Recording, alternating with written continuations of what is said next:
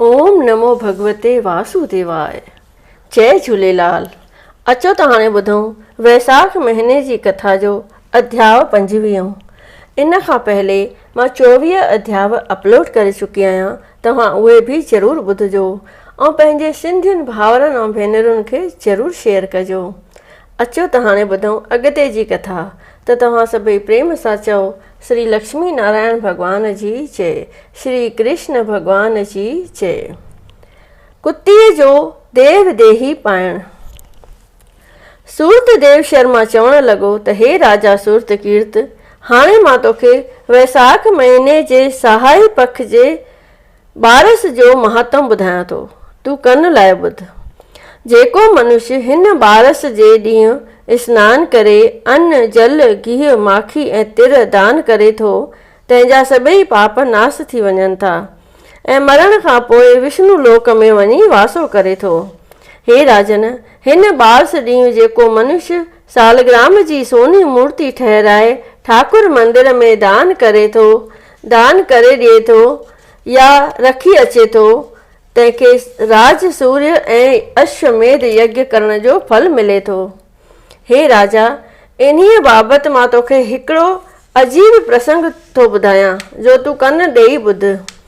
कश्मीर जे इलाइक़े में माधव शर्मा नाले हिकिड़ो ब्राह्मण रहंदो हो, जंहिंखे कमलनीअ नाले हिकु सुंदर कन्या हुई, जंहिंजो विवाह सत्यशील नाले यवन देश जे ब्राह्मण सां करे छॾियो हुयऊं।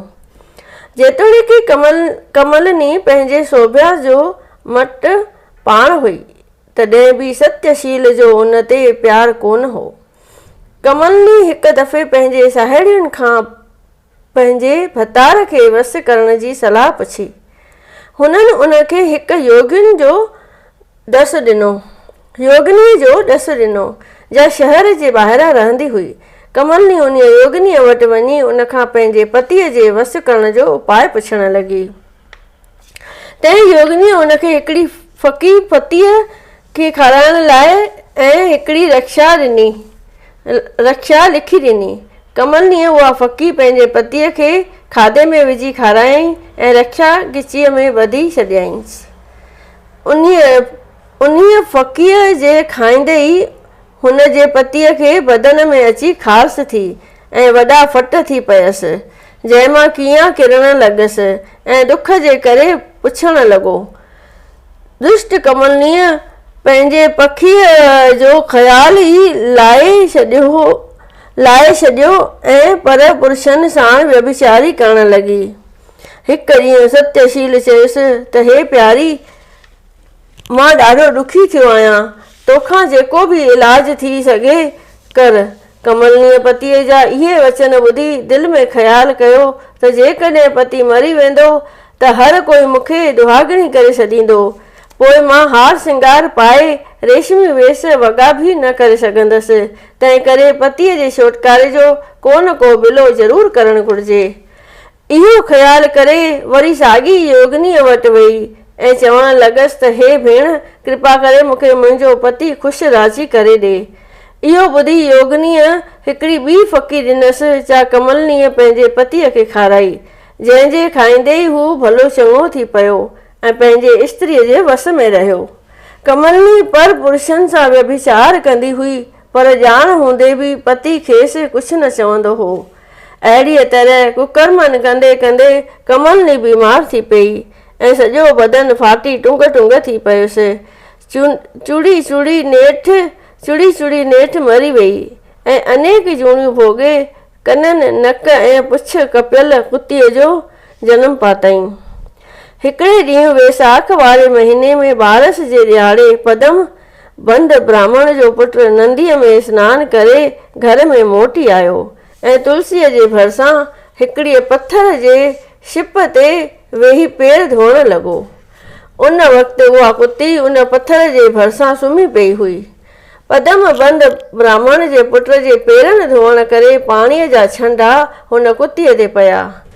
जंहिंजे लॻण करे उन कुतीअ खे पंहिंजे पुरबले जनम जे कुकर्मनि जी यादगिरी पई। रोई ब्राह्मण खे विनती करण लॻी त हे महाराज, ॾाढी पापण ऐं हचारी आहियां, हाणे कृपा करे मुंहिंजी रक्षा करियो। ब्राह्मण पुछियुसि त कुती, तो अहिड़ो कहिड़ो पाप कयो आहे जंहिं करे तोखे हीउ जनमु मिलियो आहे। कुती चवण लॻी त हे स्वामी, मां पुर्बले जनम में पंहिंजे पतीअ खे वस करण जे इरादे सां पर पुरुषनि सां भोग भोगे घणेई पाप कया हुआ।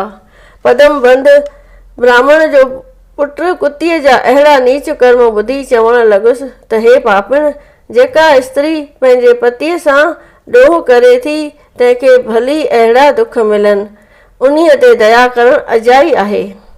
कुती नाउमेदीअ जो जवाबु ॿुधी रोई चीचाट करण लॻी। कुतीअ जे कीकुन ते पदमबंद ब्राह्मण अंदरां ॿाहिरां निकिरी आयो ऐं पंहिंजे पुट खां कुतीअ जे कीकुन करण बाबति पुछियईं, जंहिं सॼी ॻाल्हि करे ॿुधायसि। पदमबंद ब्राह्मण खे दिलि में रहम आयो, सो पुट खे सम्झाए चवण लॻो त हे बचा, हिन कुतीअ कुकर्मनि जी सज़ा घणी भोगी आहे, सो हिन ते ज़रूरु दया करणु घुरिजे। मनुष्य शरीर मिलियो ई पर उपकार वास्ते आहे। सलोक। मनुष्य देही दिव रतन ही अमोलक आहे, खयो कूड़ कलर में तो मूर्ख मिलाए, अमृत छॾे हथ मूं वेतर विख खाए, मूं मणहीअ पाए ॾिसे न पंहिंजे दिलि खे। एतिरो चई जल हथ में खणी वैसाख महीने जे शुक्ल पक्ष जे बारस जो फल कुतीअ खे अर्पण कयईं, जंहिं करे हुन कुतीअ जी देह त्यागे देवदेही पाती ऐं पदमबंद ब्राह्मण जे अॻियां ॿई हथ ॿधी अची बीठी। पदमबंद ब्राह्मण चयुसि त सुंदरी, हाणे तूं स्वर्ग लोक में वञी उर्वशी अप्सरा थी स्वर्ग जा सुख भोग। सुरतदेव शर्मा चवण लॻो त हे राजा, ॾिस, वैसाख जे बारस ॾींहुं स्नान दान करण जो एॾो वॾो महात्म आहे जो हिकु नीच कुती बि स्वर्ग लोक में वई उते उर्वशी अप्सरा वञी थी संसार जे दुखनि खां छुटी पई ऐं हमेशह लाइ मुक्ति पातई। श्री वैशाख महीने जो महात्म महर्षि नारद ऐं अंबरीक संवाद नाले 5वीं अध्याय संपूर्ण थियो। सभई प्रेम सां चओ श्री लक्ष्मी नारायण भगवान जी जय, श्री कृष्ण भगवान जी जय। जय जगदीश हरे स्वामी, जय जगदीश हरे। भक्त जनों के संकट, दास जनों के संकट क्षण में दूर करे, ओम जय जगदीश हरे। जो ध्यावे फल पावे, दुख बिन से मन का, स्वामी दुख बिन से मन का। सुख संपत्ति घर आवे, सुख संपत्ति घर आवे, कष्ट मिटे तन का, ओम जय जगदीश हरे। माता पिता तुम मेरे, शरण गऊँ मैं किसकी, स्वामी शरण गऊँ मैं किसकी। तुम बिन और न दूजा, प्रभु बिन और न दूजा, आस करूँ मैं जिसकी, ओम जय जगदीश हरे। तुम पूरन परमात्मा, तुम अंतर्यामी, स्वामी तुम अंतर्यामी। पार ब्रह्म परमेश्वर, पार ब्रह्म परमेश्वर, तुम सबके स्वामी, ओम जय जगदीश हरे। तुम करुणा के सागर, तुम पालन करता, स्वामी तुम पालन करता। मैं मूर्ख कलकामी, मैं सेवक तुम स्वामी, कृपा करो भरता, ओम जय जगदीश हरे। तुम हो एक अगोचर, सबके प्राणपति,